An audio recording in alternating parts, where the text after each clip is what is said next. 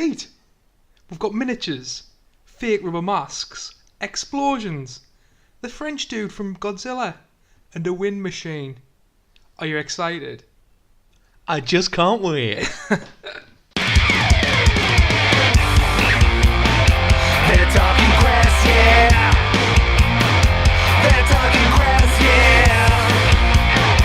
They're talking Crass, yeah. They're talking Crass, yeah. Crass. Crass. Crass. They're talking Crass, yeah. They're talking Crass, yeah. They're talking Crass, yeah. Hello and welcome to Talking Crass. We're back. Pete, how are you doing? I'm doing fantastic, John, as ever. I'm staying some prawn crackers. Why are the prawn crackers on the table, Pete? They are the remnants of what I call the care package. Right, so people don't know Pete's got a stock Chinese order that he always gets. If I can guess it right, it's ribs, soft fried noodles, and chips. Well, I was going to say you're right, but you're wrong, John. The ribs are barbecued. Right, barbecue ribs. I need that specificity. Specificity? Specificity. Readers, listeners, tweet in whatever that's spelt like. Or said like. Pete, I think we need to address something, by the way, I've just remembered. What's that? You know the last episode? We made a couple of mistakes. I've made mistakes my whole life, John. Right, so I think the shark's called Bruce, not Barry, and we Don't call it Barry. we refer to it as Barry all the way through. Tell us we refer to it once as Bruce. And Never. That would be funny. So I apologise to the listeners. Again, we just made it up off the cuff. I also said... You said something else which was wrong as well, and I was listening back and cringing. It was one episode we didn't edit. I also mistaked Aretha Franklin before for Nina Simone, which was a I don't really want to go back into that bit. I mean, I think that's in the Ghostbusters. Yes, that's in the Ghostbusters. Is it Leslie Jones? Right, so she looks a spitting double of the Nina Simone. The or practical Aretha Franklin. effects versus CGI. If you listen to it back, B calls the shark out of Jaws Shark. Barry Barry. when it's Bruce. All the time. I think Didn't you say referred Bruce once. Never said Bruce once. Brucey. There was something else. I can't remember now. We're not going to apologise for it. Okay. The episode's going to follow the usual route. We're going to go into some not necessary top 5, true or false trivia, beats points, our final ratings, and maybe answer a few fan questions if I can find it from 2 weeks ago. I like it. Because we were originally meant to do this 2 weeks ago, but we were lazy and we did the practical effects versus CGI. That is correct. Just because I know you couldn't go a week without listening to us. And the practical effects episode was of the highest quality, of course. The greatest. We got So, nothing wrong. moving on. Beat, anyway, we've just watched a trailer, Beat, for the new Mission Impossible, which has kind of made us do this episode. You're goddamn right, I did. What were your first thoughts of Mission Impossible? Fallout. Thank you for doing that. But you lost there if I didn't come in. What was your first thought of the trailer, Beat? In fucking incredible. When's it out? I have no idea. 2018. 20. That's funny. I lost my mind. That was pretty really good. It was check the trailer out. We'll tag it. It looks great. I love a standard Mission Impossible. I love any film where Tom Cruise wants to be there. Yes, it's his film. And he's definitely got too much sway than he should have, just through his possible confidence or shark eye. Is he not directing this yet? He probably is. I don't know. Definitely. He's I like, name a director in Hollywood that would stand up to him. Nobody, John. He's an alien. Apparently, Brian De Palma, Right. who did this, had a few falling outs from him. No, that makes Like sense. refused to go on the press. Did the first Mission Impossible we're going to go through. Fell out with him. You can imagine a few directors have probably fallen out with Tom Cruise. Not because he's a bad person, just because he's fucking crazy. Did you see the behind the scenes of Live, Die, Repeat? I've got it in Blu-ray, right? No, I haven't. And What's the it like? director of that, who directed the first Bourne film, I think, he's directed a lot of other good films. Right. He saw Tom Cruise doing shuttle runs from the toilet. Every time he went to the toilet, he saw. He just fucking running. And then and he said he's inspired us to make myself fitter, so he started playing tennis on set. He hired a tennis coach. So every time he needed to piss or number 2, Tom was like Cruise just was shuttle running, and then there he and got, back, and then he just sprinting there and back. and then he got the entire cast and crew to do it with him, and it was weird. He's the fucking greatest runner in film. He is. No, this is the biggest dilemma, right, in my life. Is Tom Cruise... Dude, should I like Tom Cruise? Are we going to address... I really should we like address Tom Cruise now before we go into Let's get him addressed, right? Because I really like Tom Cruise. He's a legend. But is he a legend? Because he feels like a weird guy. How much do you think is for sure? Yes. And how much do you think is the real Tom Cruise? Like a psychopath, like a mass. He's... You know what I want to think? You know what I want to American believe? Psycho. I want to believe he's sitting there, like, watching all his films and watching all his Just interviews loving he's doing, and just going... Got you all fucking on it. I'm just a normal bloke. He's like just sitting there eating Doritos and probably having a tab and maybe a whiskey. That. Yeah, and just that's like, what normal people do. Yeah, he's like, I'm going to separate my home life from my celebrity, and yes. go on like that, so people think I'm a totally different person. It's like that, or he's an alien. Right. What about you? What do you think? I don't know. I get vibes of psychopath about him, like trying to fake. Sociopath. Maybe sociopath. No, more psychopath, as in... This guy is a psychopath. Like, it's a mask he's wearing. Like, this enthusiasm is completely false. Just for you guys... this pain. Sorry, mate. Just for you guys, we'll tag in as well. All memorable moments of Tom Cruise. I guess we'll tag in this bit when he jumps on the couch. Who's he? Is it Oprah? Oprah, 2004. When he marries Katie Holmes, is it? Yes. And what does he do? Just, I'm so happy. I'm so in so love. happy and he about just starts jumping 5 on a times. couch. Yeah. And it didn't come across well, did it? Nah. It came across really, really weird. Been parodied to death. Do you want to get into Scientology as well, Pete, while we're on it? I mean, no, we don't want to get into Scientology. However, we'll spend a little couple of minutes on Scientology. What if they I think we attack owe us? it to the listeners. What if they come on to us? Oh, shit. It's going to be cars parked out my house 5 metres down. There's a good Louis Theroux documentary. Right. Scientology. Yeah. Something. I can't remember what it is. It might just be Scientology. You people need to watch it because... I love Louis Theroux. You think it's very dramatised. I disagree with you. I like Louis. I think what he does is some of it's dramatised, obviously, because he's trying to make it interesting. That's how documentaries work. Yeah, but there's definitely some shit he did himself. I like Louis Theroux, and I think out of most documentaries, it's good. Just a little bit of it's a bit, over dramatised. When they're getting followed and stuff like that. I don't know. Do you not think that would happen? It would, I guess. There's been like. It would happen when they're filming and they send agents, mate. Aye, but would it happen when they're filming and they can frame it perfectly and it's all nicely shot? There's a dude in there, Does it work like that? Who's a really bad guy. Right. But he tries to come across good in the documentary. But Louis Theroux shows him up a little bit. Yeah. And what he was like head of Scientology, and he like debunked out of it. He just debunked. Is that the word? Defected. Defected out of it. And what happened was, he was going to come out and say a load of shit about it and like release a book, try and make some money. I think he actually did. He went rogue. He went rogue. Mate. He was like going to an airport to like go on holiday, and there's like 2 people in suits and hats following him, bumping into them like the Men in Black, and like saying, "Look, right, you want to pack and do what you're doing. If you keep doing it, it'll be bad for you." Oh Jesus! Like, and he'll be like going for a pint down the pub, and there's someone at the bar next to him going, I'm telling you need to stop what you're doing because it will go bad for you. It's like that sort of levels of craziness. Did you know with Scientology as well, Pete, that you can only get certain levels of like sea captain. Sea captain? I mean... Right, I think sea captain level 10 is what Tom Cruise is. Right. Or admiral, he might be an admiral. I think he's an admiral. You can only get to that level if you buy the books and read them. And the books are like $5,000 each. And there's like 100 books. It's like ridiculous. Now what's this? So how is that a religion? How does that work? It is a religion, isn't it? Because they all think they're going to get space Jesus or something. Space God's going to come down. Yeah, something like that. Why are they all dressed in admiral uniforms? Because the sailing space. Right, okay. You know but why would you take... like Star Trek? That's great, but why would you take the naval side of our Earth's representation of that rather than maybe spaceships? Like a space suit? I mean, there's a goddamn good picture of them all dressed in the white gear. That is great, that. Is Tom Cruise still doing it? Didn't I read somewhere that he got out? Well, I'm guessing he denounced it secretly. I'm sure no, I think he dropped it. So, but not in a recent interview. I'm sure he said something like, "I'm not gonna press it on anybody. You can come in if you want." Yeah. I think he said something like that, anyway, which is the perfect way to get them we in. don't want Scientology onto us, so we'll move on. We love Scientology. Well, interesting to hear what your it's got science in the name, John. There you go. Interesting to hear your point of Scientology. Feel free to tweet us Let us know what you think of Scientology as a religion I like it. and Tom Cruise.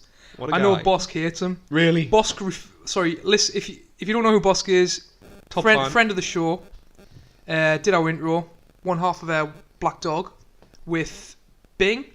That's our boys. And what happens is, Bosk won't watch any Tom Cruise film at all. Ooh. He hasn't seen Mission Impossible, the first one, Alright. So he's on fire, John. just because of Tom Cruise. Can I just put So this as much one... of a pull he is, he's also a negative. Bosk, I'm putting this one to you now to try and defeat your moral conundrum. If a paedophile makes a cake, right, and it's in a lineup of 10 cakes, and you eat them and say his is the best, what happens then? All right, that's all I'm putting towards you. There you go. You know what worries us even more? But you're editing this episode. It's getting left in. Anyway, let's know your point to Scientology and Tom Cruise. Let's move on, Bede. Always question whether you should watch a film or not. Not necessarily top 5 people. And this week, in true ode to Mission Impossible, we're going to go with not necessarily top 5 rats as props in film. As props. So we've actually diverted from the usual. We've run out of ideas. Let's do a head explosion. We've found up some anything original. practical. We've found up some original rats in film, John. A nice little date. Right, so in Mission Impossible, the French dude out of Godzilla. Yeah, name I don't- Leon the Professional. We'll talk about this in the actual point discussion. He's got a winch. He's winching. He's got a hand winch. He's got a hand winch Got and he's using on Tom Cruise. a man-powered winch. And there's a rat that comes to disrupt it. That's where we've got it from, people. Do you want to take us away, B? I've just realised a point. Well, you can talk about it in your points. I will do. That's great stuff. Right. Take us away. Me to go first? You to go first. Let's open my Word document. First rat. Raticate out of one of the Pokemon movies. Could you not have Ratatata as well? I don't know, was Raticate one? Ratatata, or whatever it is. Ratatata. I think it's Ratatata. Ratatatata. Or Ratatata or something. Ratatat. Okay. And then it evolves into Raticate. Right. If But I it's only remember, got two. if I remember your But childhood. it's proper shit because it only has 2 evolutions. You know what I mean? Like any Pokemon that doesn't have more than 3 evolutions is a waste. I always remember it's main move's Hyper Fang. Right, I like that. There you go. But then when you attacked, it was scratches on the screen, and that really annoyed. Oh no, it was a bite. It was a bite with 2 teeth. Okay, I'll get you that one. Okay, cheers. All right. Mate. Is that it then? That was scratch. Well done, brother. Surprisingly. Next one for me or you? I'll go, B. Go. Raiders. No, Temple of Doom's the second one. It's third. It's the Last Crusade. Oh, it is the third. Fuck me. yeah, it's the third. Anyway, they're down in some dungeons, sewers, and all of a sudden there's a shitload of rats there. There you go, B. Takes on to another point. I'm going Harry Potter rat guy. Right, I get you. So He turns into a rat. I think Ron Weasley. Not that we know Harry Potter extensively. Right, I'm sorry, we're gonna have to own up. I fucking hate Harry Potter. Do you? I hate it. Yeah, I'm not the biggest fan either. It's a strong word though, John. I know you're right there. I am willing to give it a try if people say that it's great. You know what? This is going to make everyone hate the podcast because a lot of people like Harry Potter. John. Again, I hate it. You may love it. Everyone's got opinion, Speed. The world's built on opinion. Is it a generational thing? I don't know. Is it a You know, I'm very keen. time-based? I'm doing English at university. I'm very keen. I do creative writing, literature. Do you know what I mean? So I'm keen on the books, getting turned into films and stuff like that, Lord of the Rings type thing. Never really bought into Harry Potter. Don't know why. Yeah, I think it's because J.K. Rowling is a hack writer. Right, He's made okay. it good. I like it. Am I allowed to say that? No, not when you like Stephen King. Very good, mate. Very good. But we tell you what we do like: big laser swords and Jedi Samurai knights in space. Yes, we do. That's what we can get into. Oh, did we? Did we like it? Did we like it? No, we do like it. Anyway, Harry Potter. Ron Weasley. I know who that character is. He's ginger. There you go. So do you want to explain the Harry Potter rat guy? Harry Potter rat guy. Ron Weasley has a rat in like the first film, Oh, and he gets turned into a guy? and that's like a 5-film spoiler that he's actually an old bad wizard. Right. Oh, boom. Yes, I remember now. I think I've seen that film. So there you go. Isn't it like 8 films? 8 films. Probably 9. Probably 10. There isn't enough time in the world. There isn't enough time in the world. So he turns out to be the guy who's in The Wind and the Willows, who might have played a rat-like character in that as well. Didn't he play with Toad? Probably he's played Toad. And he's turns into a rat. There you go. My next one beat Ratatouille. Ratatouille. What? That's my next one. Is it your next one as well? It's my next one as well, John. It's the We easiest. have the same one, beat. I like it. Do you want to discuss your point? Because I know nothing about Ratatouille. I Well- just know it's a rat chef. What we have to do is we look at the title of the film, and the first three words are first three letters are rat, John. So that's why I've put it in. So you've got no other... Well, what I will weigh in is it's a great film. Have you seen it? Have you not seen it? No. It's fantastic. I love a good...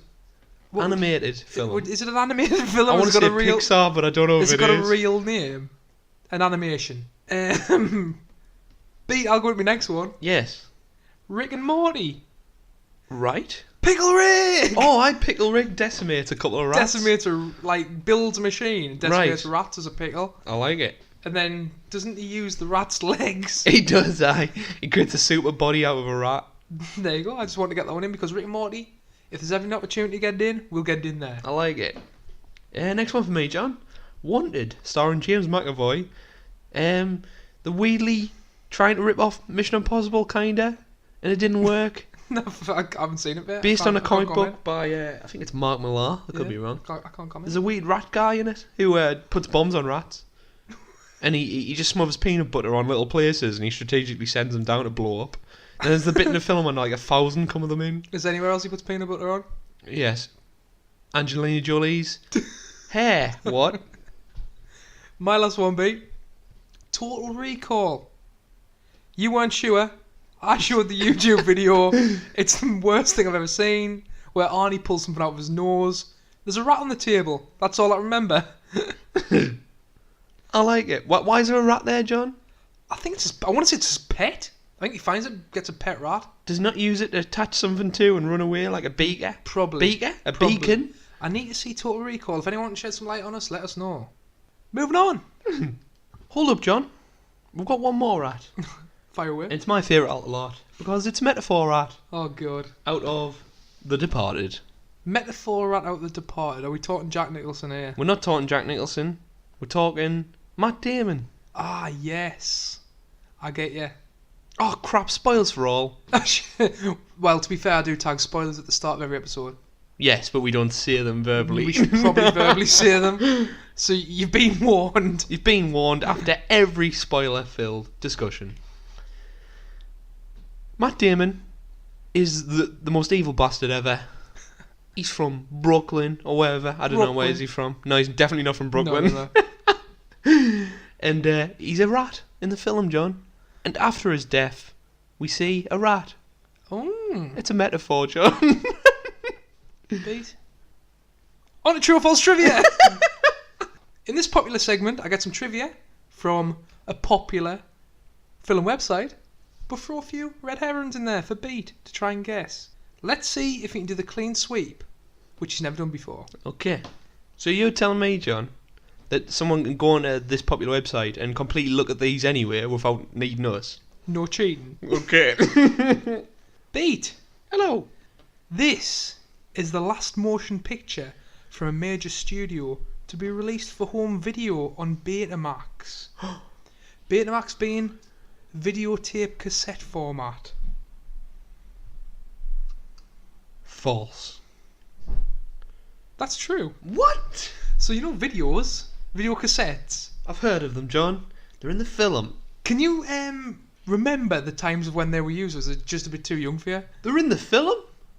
What, like videotapes? You know remember videotapes? Right, I remember videotapes. I remember the How line. you used to have to get them to a certain point and press record. We've got and the you only Lion record certain King on things. VHS. Yes. It was VHS, not Betamax. Well, this is Us kids. This is Betamax. So what's Betamax? The same thing. But smaller, like a little disc cassette. I don't know. Okay. Google it. I'm not Googling it. I might have got my wires crossed. Right. Anyway, VHSs. Did you enjoy videotape, Pete? Yeah, it was fine. It's a bit. Looking back, I've got no nostalgia for it at all. Like, It's like putting something on Wi-Fi is perfect I compared made a to that point. shit. I made a point in this film. Like in the 90s, it was a really weird age of technology. Yes, where it was really like, shit. It you was were like in gonna- between. Out of date within 10 minutes. I've always made a point. I think we've got to where we need to be. Right. I think you're not going to see much progression now. No, it's going to keep going. Do you think it is? It's like a train, no chance of stopping. I mean, I think we're going away from CDs. CDs went away from CDs, haven't we? It's going to go and go and go, What more can you do? Mate. Right, the best way... We can now get music out of nothing. Yes. We can get music out of nothing. You don't need anything. You go on your phone, you get music. Right, you don't have to go down the shop and buy a CD. The best thing I can explain... Well, in my opinion, this is my reasoning. If you look at data and how data is progressing, so 1 megabyte a year ago was nothing. Well, 10 years ago was everything. Yep. Now it's a gig, now it's a terabyte, now it's a fucking zettabyte. And now you've got a box bigger than your Xbox to download games on now. You see what I mean? So if you look at data, it keeps on going. Like 10 megabytes is nothing now. Can I just make a point? I apologise if any of the listeners can hear what sounds like Godzilla upstairs. Yes. It's just our dad wandering around. Okay? Yes. Next bit of trivia. When filming the famous scene where Tom Cruise drops from the ceiling and hovers inches above the ground, Cruise's head kept hitting the floor until he got the idea to put coins in his shoes for balance. What? False. So we're talking about when he's on the winch. False? That's true. What? So when he's on the winch, he kept coming all the way down, and it was like tilting them forward. So he was hitting his head off the floor. So he's like, I know what I'll do. I'll put coins in my shoes to weigh myself down. Clever these Scientologists. These bloody Scientologists, speed. They've got it, haven't they? But you're 0-2 at the minute. Right. What happens if you win? If I win the clean sweep, you get hit as full. You've got to force edit in the face. podcast for the next month. Okay, I like that. You like it? It's happening. Right, next one. Tom Cruise has been clocked at being able to run 25 miles per hour. How? False. That's false. Wait, 25 miles per hour? I was going to go 15, but then it's 15 would too much. 15 would have had us questioning things. Damn. No, what's that? I wanted to be funny. Who's the quick... Wait, what's Bolt? That's like Roadrunner. Bolt's like 25. Ah, well. He's a good runner. What do you want us to say? It's a good run. He's 4 foot. I mean, nothing against short people. Yeah, to be fair, in running, he's probably half the size of Usain Bolt. So he's got to make like, double the step. That's the equivalent. He's faster than Usain Bolt. That's a good point. If it's in relevancy, laws of physics, speed. Everybody, yeah, there you go. Next one. Tom Cruise regularly used the rubber masks from the film to scare people. In one instance, he hid in a locker for 40 minutes, waiting for co-star Emilio Estevez to enter the makeup room, proceeding to frighten the shit out of him. Do you think Tom Cruise does anything that's actually normal and fun? False. He's doing shuttle runs to the bloody toilet. Yeah, he's crazy. That's crazy man stuff. Right, so you don't think he'd put one of the fake masks on, try and scare someone? Absolutely not. That's normal human behaviour. That's false. That's 2-2. Yes, I mean, it's normal human behaviour. He would not do that. Would we not do that? If you did it to him do though, that? if you did it to him, he'd murder you. Really? Have you seen on there was a Channel 4 TV show called Balls of Steel or something like that, and it had this guy called Ned, I'll always remember, who was like whoop whoop. He used to like Big Macs, chicken nuggets and chicken nuggets, and then in one of them, this guy had to interview Tom Cruise, and he had a squirty microphone, you know, like the Joker has the squirty Yes. flower with acid. He had water. He squirted him in the face, and he got pissed off big time. He's like, it was so embarrassingly cringy. It was like, why are you doing that, man? Why are you doing that? And he grabs him by his arm, and he won't let him go. The reporter, really? and Tom Cruise is like a maniac. Like he scares shark eyes. Like the entirety of the Drive metaphor. Ryan Gosling's character is Tom Cruise in real life. There you go. We'll link the YouTube video. We will do. The producers cast Ving Rhames as Luther because they felt he was the opposite of what a hacker normally looks like. Ooh. Subverting. True. That's true, babe. I like it. What's after now? 3-2. So we've got the normal hacker in Emilio Estevez. What is your vision of a hacker? Neo. Neo? Neo is a hacker. I had someone working at like Google. Sorry, who had, like, Mr. who's Anderson. got long hair, glasses. So I can't say this because you meant to get out the stereotype. Well, you can be lambasted for the stereotype. Sorry, you can realise. Keanu Reeves doesn't look like a fucking hacker. You can realise a negative stereotype. Right. Everybody knows what the negative stereotypes of each stereotype is. Right. But the new James Bond. Do you know the dude who's queuing the new James Bond? Yes, that's a hacker. That is a hacker. Neo, Keanu Reeves out of bloody What's the surfing film Point Break? Yes. Is not a hacker. No, but Mr. Anderson, He is in the film, but before he becomes Neo, yeah, looks like a hacker. it's not the stereotype you imagine though. He's like thin. He's like sweaty. tall, good looking. Yeah, that's it. You're exactly right. Moving on, B. Anyway, I didn't know Ving Rhames' character was called Luther in this. Also, how much of a legend is Ving Rhames? Absolute hero. Alright, I don't know how many YouTube videos we're going to link here, but have you seen that when he wins an award and he gives it away to some guy? No, but we need to start making note of this because I'll totally forget when we get into it. I'm doing the final upload and edit. Anyway, Okay, yeah, keep going. I don't know if it's a BAFTA or an Oscar. Ving Rhames won a fucking great, prestigious award. Really? And he gives it away to one of his acting heroes who's, gotten, What in watching? Yes, watch him get watch the it. reward. It was a nominated. Oh no! I've just spilled coffee everywhere. Keep going. Ving Rhames was nominated with this guy, but this guy was older, and he gives him it. And honestly, Ving Rhames Is is this like tearing dude up. like an old man? Yes. That's sick. Honestly, I was tearing God. up. Ving Rhames is such a nice guy. Although I love do him. only know him as Marcellus Wallace. That but is we'll move on correct. there.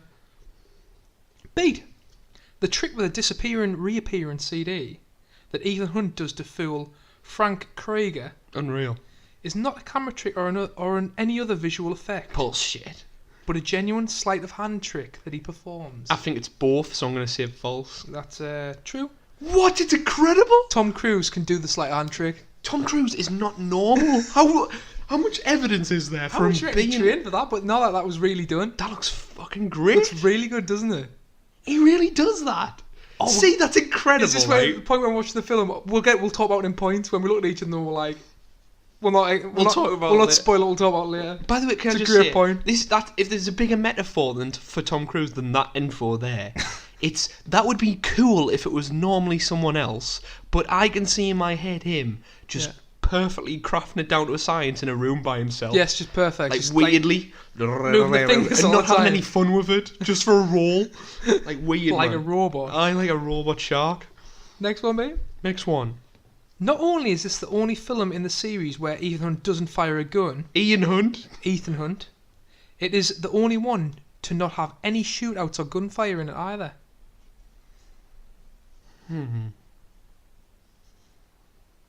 False. Name when one gun was shot. John Voight shoots himself. Or pretends to with red gloves on. He doesn't shoot himself, doesn't fire a gun. What do you mean? Well, there's no gunfight going on. He just shoots the air. Did you just see it name a time the gun was shot? I might have. Or at a person? I'll go again. Not only is this the only film in the series where Ethan Hunt does not fire a gun, Correct. it is the only one to not have any shootouts, gunfights. Ethan Hunt doesn't fire a gun. Right, There's so- no gunfights So, or shootouts. so in John it. Voight pretend to kill himself isn't a gunfight? No. Okay, you win. You win. True or false? It's false. That's true. What? You just told yourself it was true. And now you got us to the end though because I was that convinced you would shoot us. Anyway, yeah. How weird's that? An action film that's got no gunfight in? That is crazy. And guess what? Doesn't matter. Did it bother you, Pete? Not at all. Not at all. Right, where we're on to now. I've lost my point. Emilio Estevez was cast in the role of Jack Harmon to create a sense of shock in the audience when he died early in the film. The filmmakers felt that casting such a well-known actor in the role would increase the impact of Jack Harmon's death. Coincidence or not, this would be Emilio's last appearance in a high-profile film for years to come, as his acting career had already started to fall into decline after the highly popular Young Guns films. That's sad. Oh, I thought you were going to say Breakfast Club. Young Guns. Not bad. True or false? Yeah, that's the name of the segment, B. You've got to guess. True. Stereotypes are used all the time in film. That's true, but what I pulled this up for, I think this should happen more often in film, where you get a big name actor in, you just kill him off straight away. Yes. Honestly, So because this- it's shock. You know what I was thinking about today, actually? This is funnily enough. The Rock. Right. I think you would get The Rock in, you get him do all this Instagram shit, because why do directors get, or why do big producers for get The Rock in advertising. now? So you get the best it's of free. both. It's free advertising them with The You Rock. get the best of both worlds. Do you know what I mean? Kill him off early We doors. pull Imagine that. We pull an MGS2. Yes. Right, I like it. Do you know what I mean? I want to see that in film. I really want to. For those who don't understand, Metal Gear Solid franchise, pivots on the main character, Solid Snake. Yeah. The entire games, MGS2 was the sequel to one of the most popular games of all time, MGS1. I was going to say spoilers, but... Spoilers, it is massive. The whole thing's spoilers, John. And Kojima sells MGS2. You play through Snake the entire game. It's the best thing ever. The whole first act of the game... The whole first act of the game takes place within the first 10 minutes, and then we switch to the main character, who isn't Snake, and play through him for literally 3 hours to 4 hours. Shout out to Hideo Kojima and Metal Gear Solid. Our favourite film franchise? Our favourite game and franchise, Our film franchise. Our favourite game and franchise, Pete. Both, to be fair. It's just a film, John, you can play. Yeah, you could say that. They're also in talks with doing a new Metal Gear Solid film. It can't go properly. Do you know who's doing it? The guy who did the new King Kong. Oh. Don't think so. I don't like it. Christian Bale as Solid Snake. Now he was right. We'll link another YouTube video. Now he got interviewed and he was like, "Oh, what do you like about the MGS games, don't you?" He's like, "I don't know anything about that." Really? So he must have been in talks to play it earlier on. He's just taking the piss when he said it. Like he definitely likes them. Unreal. Definitely likes them a lot. It. And that's it, Pete. That's all my points. There you go. Well done. I think you beat us, but you didn't get the clean sweep, which is all that matters. Favourite MGS2 quote, John? Shout it out now. Otacon! Let's start doing me tours, Pete. What am I going to go for? Campbell when he starts breaking down. Raiden. It's Sunday morning and the roses are red. I just want to do the shout out NTFTT pod. Yes. They'll play the Metal Gear Solid. Unbelievable. Give them a listen to people. Maybe they'll do a Metal Gear Solid full show for you. Please do it. Please do it. It's not necessarily a quote, but you know the thing that we always do when we say alright to people, the Pliskin hand thing that you literally can't see us doing. Yes, that's it. It's like a tip of the hat. Beat and I are doing it, you can't see it. On a separate note, gives you best young revolver ocelot. Meow. This is getting really That's strange, weird, really fast. honestly. So weird. Beat on to your points. In the beats points. First point, John. Yep. Holy shit, Emilio Servers is in this. What? Emilio Servers? Right, Estevez has been changed to Servers on the autocorrect. I didn't know at all, completely forgot. Emilio Estevez is in this film. I've got Emilio fucking Estevez. Right, okay. That's my first point. I like it. What do you think of his beard? It's great, how? Do you think, is it stuck on? Oh, definitely. It looks like it's a stuck on beard, now, isn't the thing it? It's is, got to be. Every film he made, he didn't have a beard in. He can't grow a beard. That's a fake beard he's wearing. It's got to be. It's got to be. Well, he's in it. Who knew? Yeah, fair enough. Second point. Tom Cruise, if his face was melting off due to transcending the rank of super admiral in Scientology. So I've made that rank up. I think he is a super admiral. He probably is. I'll probably nail that. What they've done is they've in the first few minutes they've got Tom Cruise in a mask, of course. Of course. And it's awful. It looks really bad. But this is for a bigger point. Later on that we'll get on later. Yeah. I've just got Tom Cruise in that get up man with a smiley face. Like laughing. Unreal. The love abusing this mask joke over and over. Yes, many times. Do you think it's for a reason that we're going to talk about later on? It definitely is. Or do you think it's just because Tom Cruise thought it was a great idea, so he wanted to keep getting it in? It's a double-edged idea. Not only does it have fun, but it does serve a plot purpose later on. Oh Christ, can I put in there as well? Yeah. Because we totally forgot to do what we usually do. What do we do? It's directed by Brian De Palma. Okay. Do you know anything he's directed, B? None at all. I'll get it up for you. Please do. So, around Mission Impossible, released in 1996, there wasn't much. I was like trying to look. I was like thinking, what's he done here? What's he done? Mission to Mars, I think, panned. Nicolas Cage in Snake Eyes. Can you remember Snake Eyes? Snake Eyes. It's just that was after, and I'm thinking, what's he done here? What's he done? So going backwards from 1996, 1993, he did Carlito's Way. All right, that's a classic. Classic. Beat 1987, The Untouchables. Oh, it's a classic. Classic. Can I do me Untouchables impression? I want him dead. I want his family dead. I want his wife and his child dead. I want his house burnt down to the ground. I want a bitch on his asses. There you go. Well done, Pete. The great Robert De Niro's Al Capone. I think he's done every film that Robert De Niro's been in. Okay. He's done Wise Guys. Nice. 1983. Probably my favourite film he's ever done. Scarface. Oh, wow, solid. Blowout, Dress to Kill.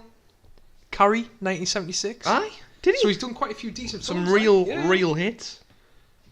Real cult classics, John. So when we were watching Mission Impossible going, we really don't know who this guy is. We do know who the guy is. Right. Back to the point, Speed. Love the fun it has. Within the first 30 seconds, we have false walls, a girl playing dead, and a face mask. Yes. When she was playing dead, Yes. was she actually getting punched by this guy? I have no idea. Because he comes over like and caresses her cheek. No, but I think it's the classic, she's got a drug that slows her heart rate down. She was bloodied up, Pete. Yeah, it's fake blood. Wait, the person beating her was Tom Cruise, correct? He's pulling punches. Was it Tom Cruise? I think so, I could be wrong. Was it not the guy they were in the room with? No, the guy in the room with was like tied down. Oh Christ, I must have been sleeping by this point. And I guess she had been his girlfriend. Right. And he was yes, leveraging him. Right. Basically, the point I'm getting at is, it could have taken itself seriously, but it doesn't. It's the 1990s. It could have all gone wrong. Yeah. Mid-90s, mate. It's obviously paying a massive homage to the original Mission Impossible, made whenever, which I haven't seen. It's black and white. TV series, wasn't it? TV series, and all of these camp, quirky things. Sorry, Pete. Yeah. A TV series which Tom Cruise loved. Did he? Loved it. Makes sense. But it's taking all these like camp things and fun little, weird little head faces and swapping and all that, and working them in. And it's like nice to see that they just didn't go grey and boring and kept them in like as a little homage. It's really nice. Next point. Here's a list of the characters we are going to meet, as well as their specialist roles. Oh yes, is that when he's in the plane? So we'll move to John Voight. He's at MI Control. He's the top dog, or the handler for the Ethan Hunt group, and he gets given a mission. What about Croatian film? He gets given a mission via selecting a movie on a flight. Yeah. And it literally displays, rather than showing us, it tells us the worst thing you can do in film. Everybody's name, everybody's face, and everybody's specialist attribute. Emilio Estevez is the hacker. Isn't there Tom Cruise like someone do shit? I know, right? So this is the next part. But Tom Cruise is like point man. Point man, and the girl is the Scarlet, vixen. The femme fatale. Femme fatale.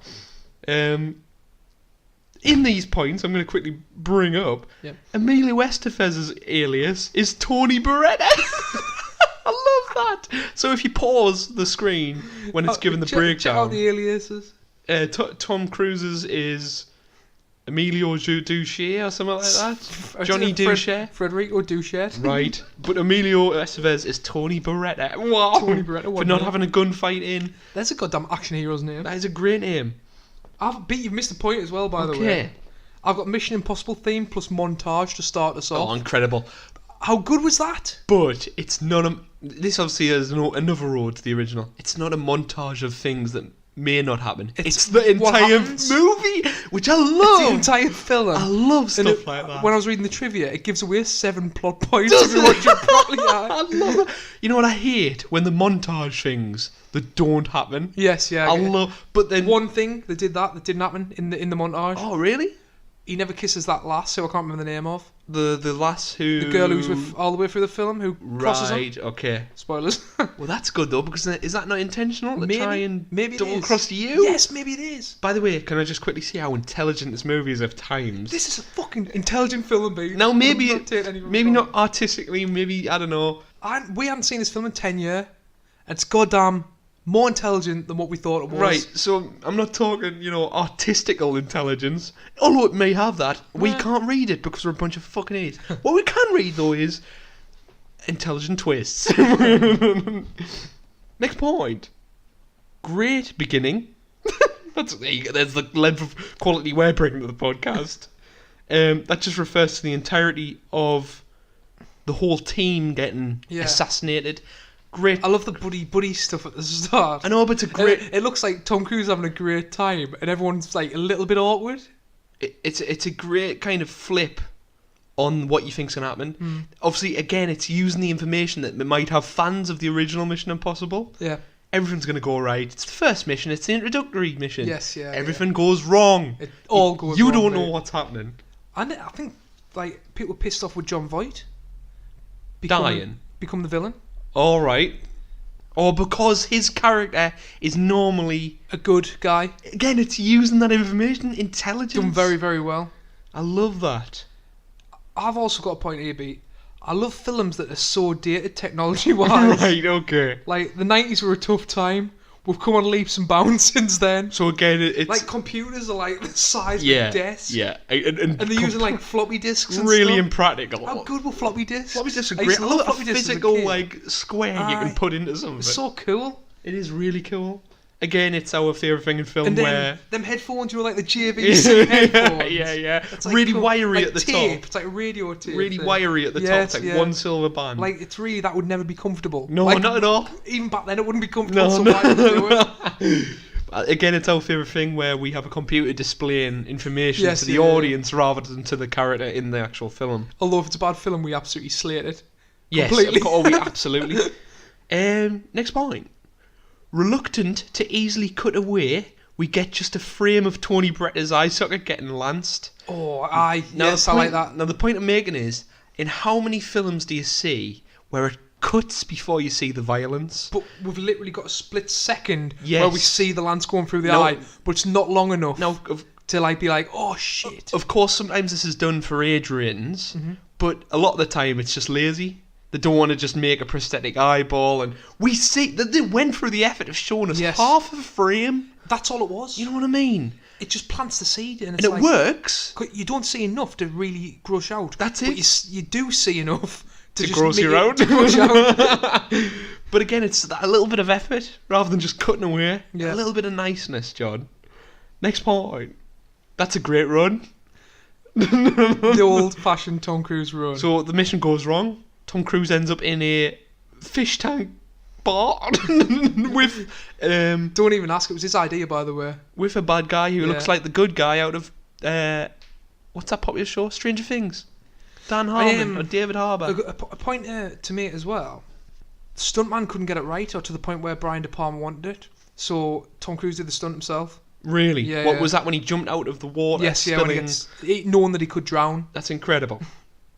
Stokes the fires of my heart to see a man pulled through a glass window via a nylon harness. So this is the it's just bellhop. Like boom. This is the waiter who's an IMF agent. I love that turn when you see that Ethan's worked it out. Also, I wonder... We've got to talk about it as well. That bloody exploding gum. Yes, this is what I'm getting at. Aye. I just want to quickly make a point of it's really, really. Does the film give you shots of the people in the restaurant before the reveal that they are the previous IMF agents? Definitely does. I love when the film gives you enough time to realise the twist is going to happen. When he's looking about the scene, function. Yes. It pans around and you can see certain people looking like that. And it uses the exact same shots. Very, very.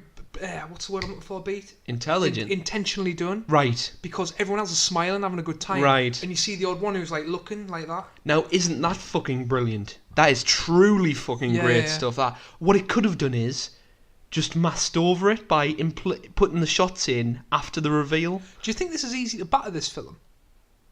I think if someone looks at it as just a schlocky action film. Maybe. I mean, what we do is if we enjoy something, we massively glorify which everyone does. But maybe it is. Maybe it's a bit cheesy. Maybe I guess it's taste. If you can handle action. I love action, but I understand. If you handle action and Tom Cruise for an hour and a half, you're in for a fun ride. But I love it. I love it, John. I love it. I've just got the exploding gum. Yes, incredible. What a good idea. And it's built up so well that there's that musical cue which keeps on going upwards and it climaxes with the gum slap on the window. It's so perfectly timed. By the way, he doesn't chew it. Yeah. And have you ever felt like Wrigley's There's gum? no way you get it to look like it's chewed together. It would be like in a square, wouldn't it? There's no way you could stick it against a window. It's ridiculous. Maybe he's been doing it on the tail for like half an hour. Well, maybe Next point. Kettridge. Kettridge, one knob end. 230 megabytes, holy shit. So we see the data file, what's it called, the NUC list, is being uploaded onto a floppy disk, which contains 230 megabytes. So this is the point I was getting at earlier. Look how far we've come. Two lines of Word onto one I know. We have like flash discs the size of my arse. Yeah. What? flash disc the size of my pinky. That's ridiculous. Which can carry 230 megabytes, and that's for like 10 pence. Crazy. This is the top secret. I bet they exaggerated that. So what it would be for us, that would be 10 xenobytes. That was something like that. You know what I mean? Nothing better than assembling a team, is there? I know what's better than assembling a team. What? When you've already got a team assembled and And they all die. I like that as well. Before we get on to his next team, B, Yeah. I just want to make a couple of points of what we've just discussed. Where does all that water come from? Okay. In that bar? So I always thought this before I watched the film, but then I realised There's still not enough water in there to create the water that it does. Okay, but there is a massive tank above There's them. a tank above, there's a tank in the middle. It's a goddamn bloody waterfall It's like comes a out of there. reservoir. Yeah. Don't question it, John. Okay. See, that's where you can pick the flaws. I've got something else. Just don't know why I've written it down. Yeah. But all I've got's car flip explosion. Right. Just that statement. I think it's just, Unbelievable. when the car blows up, it just looks great. Again, it could just We explode. bloody love an explosion. It could explode, but what they've done is they've put an air pocket cylinder Just under the left tyre, and it goes 20 foot and in there's the like air. a weird purpley spark. before it Yeah, explodes. I mean, it's little stuff like that we just enjoy. Again, nothing better than assembling a team. We're going to each member. Actually, I think they just visit 2 at the same time. And they already have the other 2 even hunting the girl. Yeah. So it's only 2, but Isn't fair this play. something to do with the knock list? Yes. And it's people who've been disavowed. I guess it's... So you get given like a name and you can go and just live away out of. So basically, being a it's secret the agent. plot. It's the plot to Skyfall. It's basically the plot of Skyfall, dude. They're looking to expose MI6 agents. Wait, what's Mission Impossible? MI... 5. No. What's Mission Impossible's thing? Oh, CIA. No, it's got a thing. It's like the MI something. It's just CIA, innit?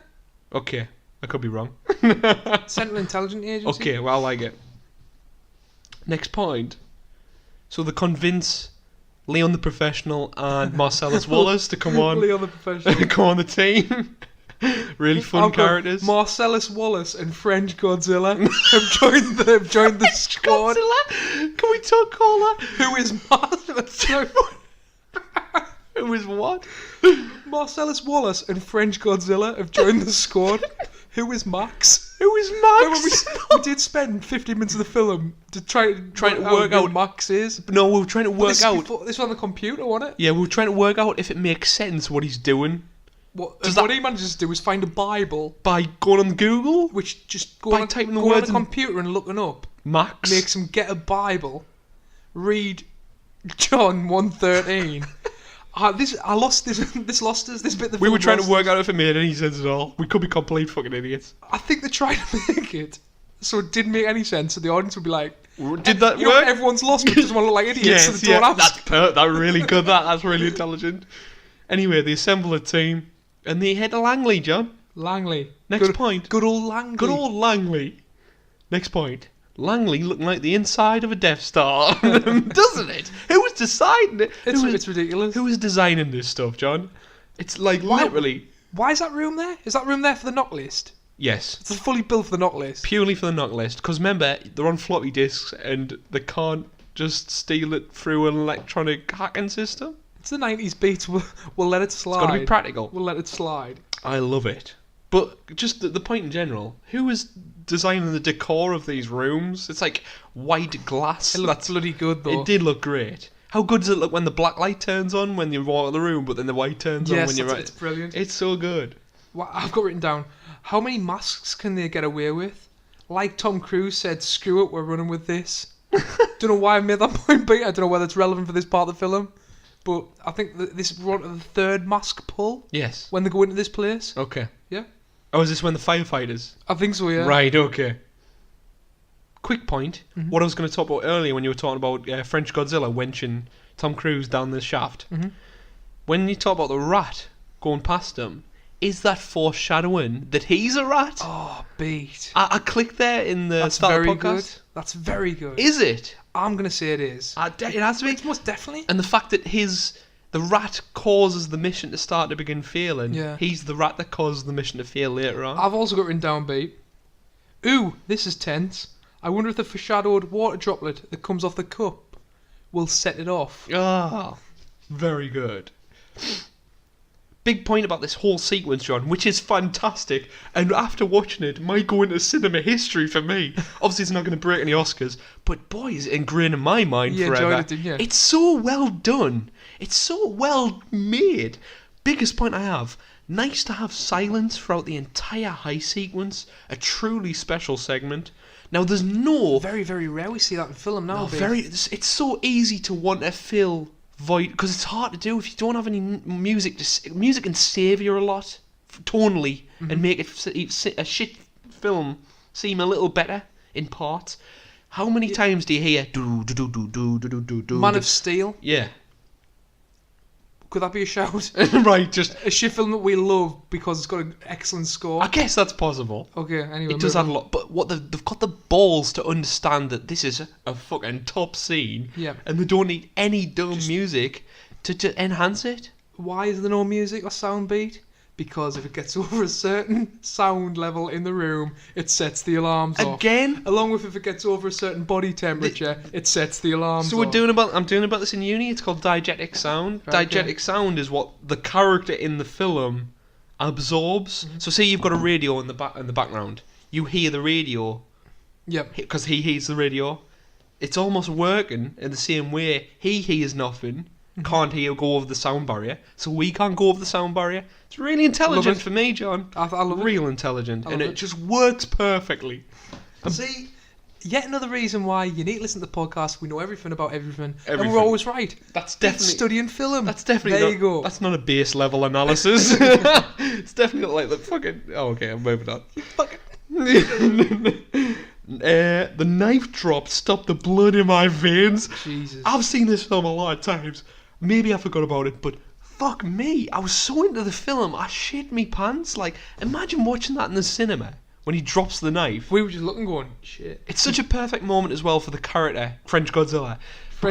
Because it's like he's a cocky little man, and it's right for his character to do that. He's on Phoebe. I'm smarter than you, and they managed to sort of get in a fire truck, get the team in all fire people clothes. Yeah. Organised breaking into the place, which is the most well-guarded, secured place in America, I'd like to say. Okay. And then getting into the room. Yeah.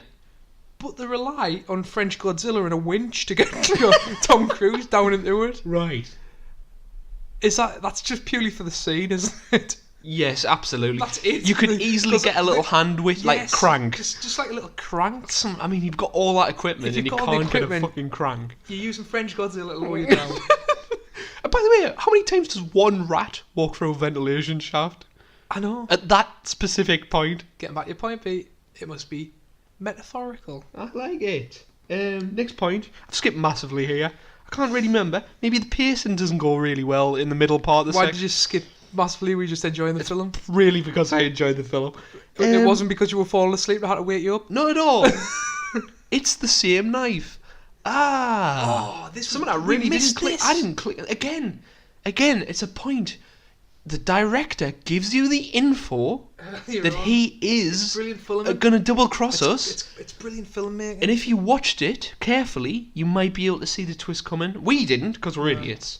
But the fact that it's there, it's the same knife. Tom Cruise just grasps it, doesn't he? And it's got blood on. And he's like, shit. You realise, oh shit.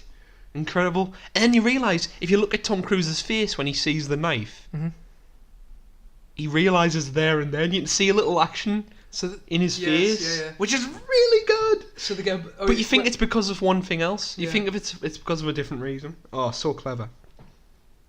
Next point. I've only got 3 points left, which is scary. We're coming into the home straight of the greatest bit of the film. Don't you just love oddly specific cutouts for a suitcase for ridiculous items? We're there, but you have missed a lot because we need to talk about the knock list and French Godzilla having it. Let's talk about it. Okay. So I've got a point saying the mission goes successfully and they get the knock list. Yeah. They're back at home base in London. And I've said they fucking did it. The double bluff. Now this is the point we mentioned earlier in the podcast, right?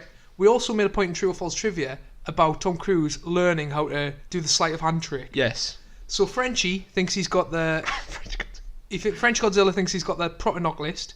Tom Cruise is like, You haven't. This is the proper knock list. They've both got floppy disks. Right. Goes on, he throws it in the bin.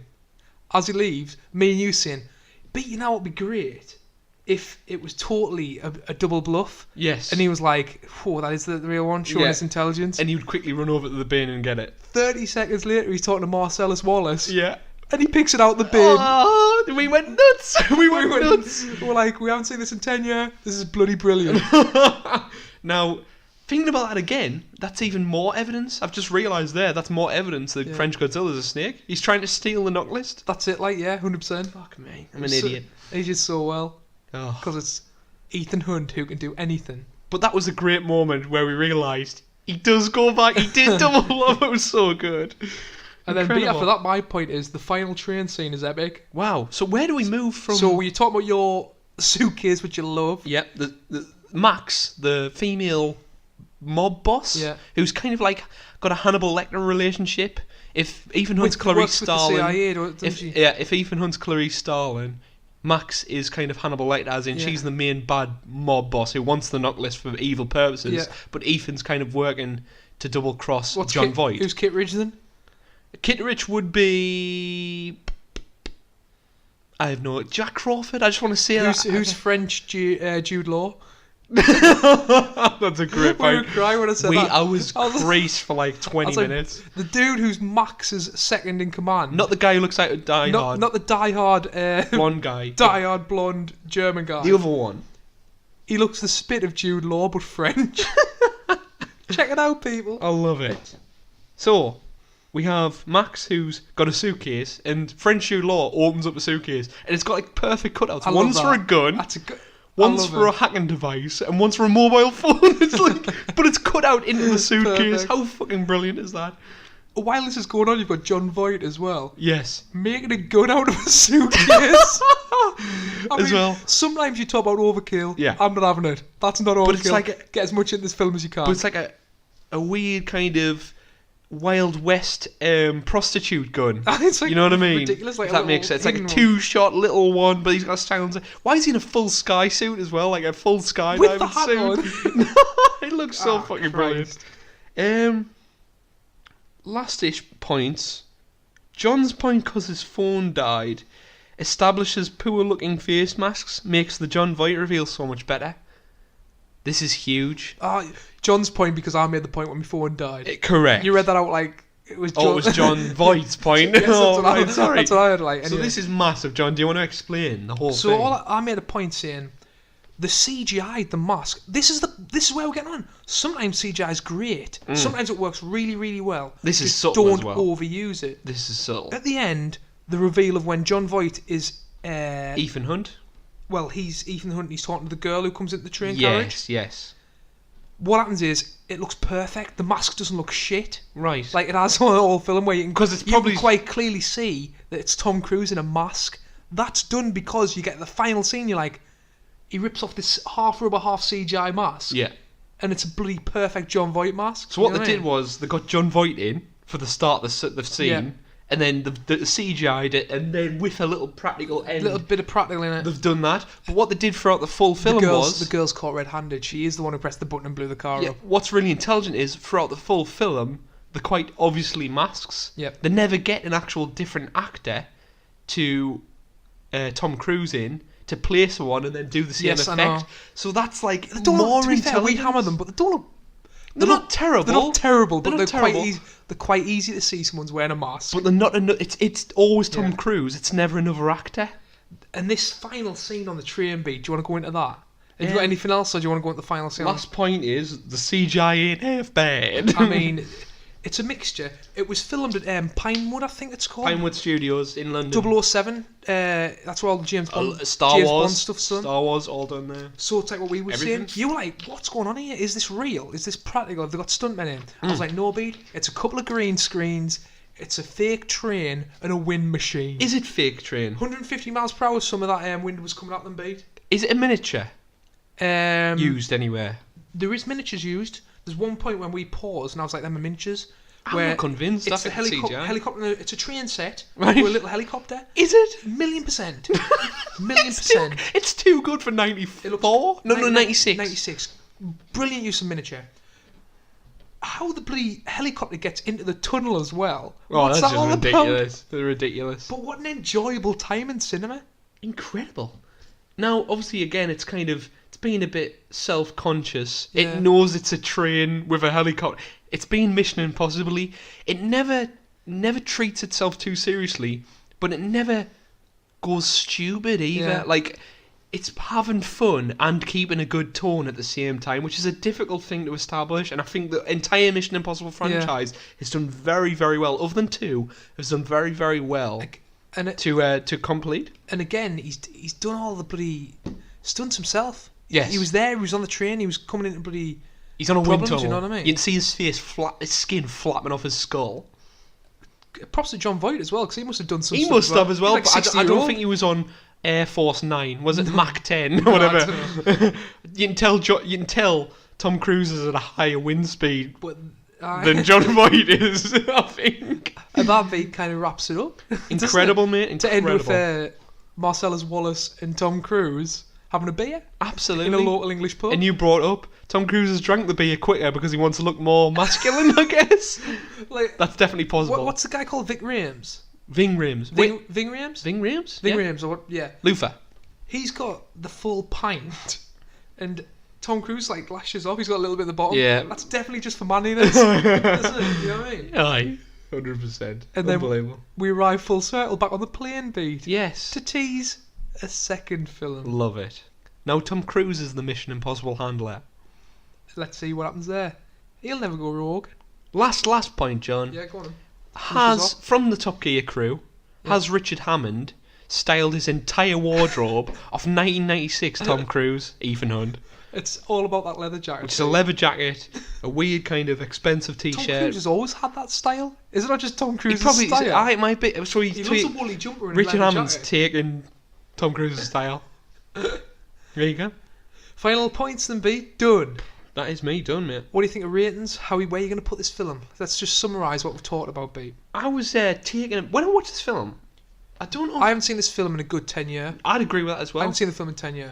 I forgot a lot about it. Probably about 2 years for me. I was so blown away. I couldn't believe how much of a good time I had and how well made the film is. It's a good time. It's so intelligent. It's no doubt got plot holes and problems. Maybe it does, like when the whole Max thing. Yeah, which working is that like... out is a bit, it's a bit convoluted. I couldn't kind of work that out, but... That's can I say that? If you go to the film to watch... If you go to the cinema, to watch a film called Mission Impossible... Yes. What are you expecting? Okay. Yeah. That's the point I'm making. It delivers on what it expects to give, where in 2017 we saw a few films that promised so much and didn't deliver. Right, absolutely. We don't want to see a 10 out of 10. If it's a 10 out of 10, well done. We'll take our hat off to you. Unfortunately, we're going to see a good 6, 7 out of 10 film, and it's a 3 out of 10, 2 out of 10. That pisses us off. You've got all the tools there. Fucking use them. The biggest negative I can say about the film is it convolutes the plot to make it into certain specific scenarios. It's got like an hour 50 minutes and it's got a lot in this film, mind me, such as he has to go in and take a physical disc from a weight pressured room where you could obviously do something different. We'll let that go. The whole Max thing where he stays up all night emailing 15 it's a bit he has to go on a train where John Voight's plan he thought the best way to get off the train was wearing a skydiving suit, going on the roof and hooking himself onto a helicopter which French Godzilla's, you know what I mean? Yeah. That's a bit convoluted. But I'll give it a rest because it's called Mission Impossible and I had a good time. I had a great time watching it, Pete. We've got face masks. It's the balance of a serious tone with using the old, faithful, stupid camp distractions, fake walls, weird tech stuff. The whole scene where he's got to get the knucklist out of the trapezium, if you want to say that, incredible. The little subtle foreshadows, the way you can work things out before the film gives it to you, but it's still fucking a great twist. Great action, great acting. What a fucking film. I love the foreshadowing in it all the way through. It is. The it's knife, incredible. the rat, the little shit like the water droplet of the cup falling at the floor. Yes. And then you've got the whole bead of sweat. You know what's coming. You know what's going to set it off. Incredible. It's done so well. I really, really enjoyed this film, Pete. Even the setup with the glasses. That set him around the Yeah. first scene with John Voight exposed through using the glasses. Yes, using the bloody glasses. It's and like he it knows. doesn't waste anything it sets up. Come on, the beat where we're putting it. It has to be for me. Crass Alley. It has to be. It's got to be. I had such a good time, regardless of the quality of the film. I personally had probably one of the best film experiences of my life. Like yesterday, honestly. Did you really? When he dropped that knife in the knockless Langley, I've never had such a in a long time had such a reaction. It's crazy. Honestly. Brian De Palma, we take our hat off to you. You've done it again. You've bloody done it. Well done. Well done. That's it for me. Right, let's hit some fun questions, Beat. Beat, first question. Yes. It's less of a question, more of an idea. Okay. And it's from Just Another Game Blog on Twitter. Yes. Give him a follow, Peel. Is this film in the top 5 deaths in an elevator shaft? Bonus points for creating a future, not necessarily top 5 for you. Nice. We're going to have to do that, Beat. We're going to have Maybe to. on the next one. But I'm going to spoil. Maybe. Deaths. I always have a problem with saying the word death. Right. I'm short-tongued when it comes to DH and F. Free for me. Anyway, moving on. That's what the top 5 is going to be. How good is the death scene in it, Beat? As we made a point about before, it's so easy and cheap to just cut away.